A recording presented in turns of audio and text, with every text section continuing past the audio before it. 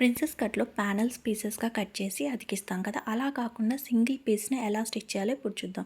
Hello everyone, welcome to Vastranjali creations. ఇక్కడ నేను princess cut మెథడ్‌లో మార్కింగ్ చేసేసుకున్నాను. లైనింగ్ క్లాత్ పైన మార్కింగ్ చేసేసుకొని పీస్‌ని కట్ చేశాను. సో, లైనింగ్ క్లాత్‌ని ఇప్పుడు మెయిన్ ఫ్యాబ్రిక్ మీద పెట్టి ఈ పీస్‌ని కూడా కట్ చేస్తున్నాను.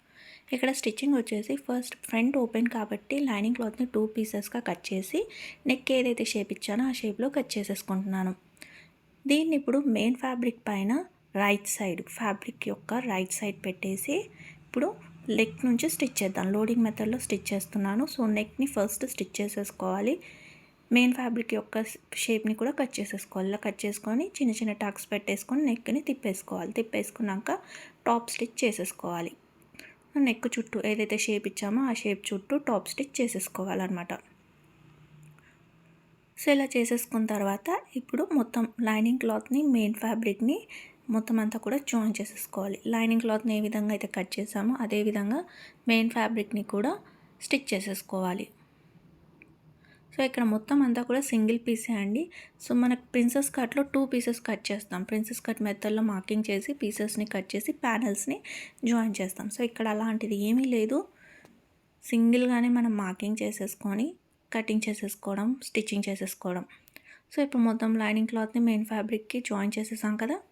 ఇప్పుడు ఇక్కడ చూడండి, నేను ఆల్రెడీ మార్కింగ్ చేసిన పాయింట్ ఉంది చూడండి, దీన్ని ఇలా ఫోల్డ్ చేస్తున్నాను. సేమ్ మనం బ్యాక్ డాట్ స్టిచ్ చేస్తాం చూడండి, బ్యాక్ డాట్కి ఎలా అయితే పట్టుకొని స్టిచ్ చేస్తామో అదే ప్రాసెస్లో ఇక్కడ మార్కింగ్ని పట్టుకోవాలి. కింద నుంచి ఒక 1 ఇంచ్, ఓకే, ఒక 1 ఇంచ్ స్ట్రెయిట్గా స్టిచ్చింగ్ చేసుకోవాలి. ఇక్కడ వీడియోలో చూపించినట్టుగా సేమ్ మెథడ్లో స్టిచ్ చేయండి. సో కింది నుంచి 1 ఇంచ్ స్ట్రైట్గా స్టిచ్ చేసి మనం ఎలా అయితే మార్కింగ్, మీకు ఫస్ట్ మార్కింగ్ చూసారు కదా, ఆ మార్కింగ్ ఎలా అయితే చేసామో అలాగే వచ్చేటట్టుగా స్టిచ్ చేసుకుంటూ రండి ఆర్మ్ హోల్ వరకు. చూడండి, ఇలా చిన్న పైకి వెళ్తూ ఉంటే మనకి మార్జిన్ అనేది తగ్గిపోతూ ఉంటుంది. సో ఇలా స్టిచ్ చేసుకుంటే ఇలా ప్రిన్సెస్ కట్ మెథడ్ అనేది మనకి ఇదిగోండి ఈ విధంగా కనిపిస్తుంది. ప్యానెల్ని కట్ చేసి జాయిన్ చేయకుండా వర్క్ టైంని తగ్గించుకొని వర్క్ చేసుకోవాలి అనుకునే వాళ్ళకి ఈ మెథడ్ చాలా యూజ్ అవుతుందండి. సో ఇది కూడా పర్ఫెక్ట్గా కుదురుతుందా ఫిట్టింగ్ అది అంటే చాలా బాగా కుదురుతుంది. ఇక్కడ కప్ సైజ్ అనేది కింద మనం తీసుకునే విడ్త్ని బట్టి ఉంటుందన్నమాట. సో పెద్ద సైజ్ అయితే విడ్త్ ఎక్కువగా తీసుకోండి, చిన్న సైజ్ అయితే విడ్త్ తక్కువగా తీసుకోండి. పర్ఫెక్ట్గా షేప్ అనేది కుదురుతుంది. సో ఈ ఐడియా ఎలా ఉందో కింద కమెంట్ చేయండి. వీడియో నచ్చితే లైక్ చేయండి. ఫస్ట్ టైం మన ఛానల్ని చూస్తే సబ్స్క్రైబ్ చేసుకోండి. Thank you for watching.